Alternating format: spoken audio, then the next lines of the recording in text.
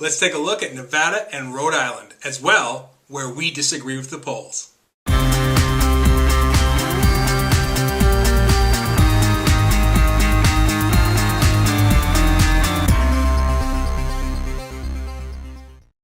The Nevada debate took place last evening, October 7th, between Rory Reid, the Democratic candidate, and Brian Sandoval, the Republican candidate. The two leading candidates in the Rhode Island debate, which took place Wednesday, October 6th, are Frank Caprio, the Democrat, and Lincoln Chafee, the Independent. Before we go further into the data, let's take a quick look at the map, and you can see we've added two new predictions. One is Nevada, we've colored red, believing that Brian Sandoval will be the victor there. As well, if we look at Rhode Island, for the first time, we've actually picked an independent that we've predicted to win in Lincoln Chafee. Now, in looking at those two states further, we can see from the aggregate data of the polling firms, we are on the same trajectory as they are in terms of Nevada.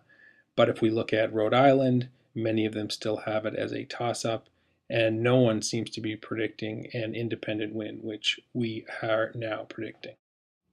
Here's where it starts to get interesting. Now, if we look at the data from the polling firms that we have put together as of October 7th, you can see that we are in agreement with many of their calls, but we also are in disagreement. If we look specifically at Illinois and Connecticut, Illinois, the majority are having it lean towards the Republican Party. We are suggesting that it will be a Democratic win based on the nonverbal debate performance of the two candidates.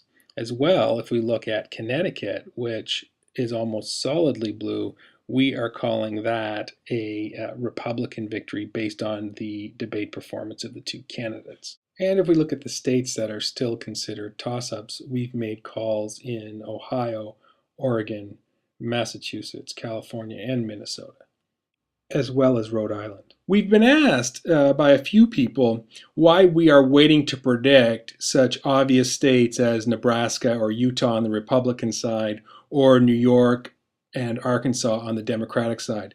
The reason for this is that we judge our predictions based on the non-verbal behavior of the candidates, which we get the best snapshot of during the debate. And so based on the criteria that we're using to judge the predicted outcome, we can't make that prediction until we've viewed the debate.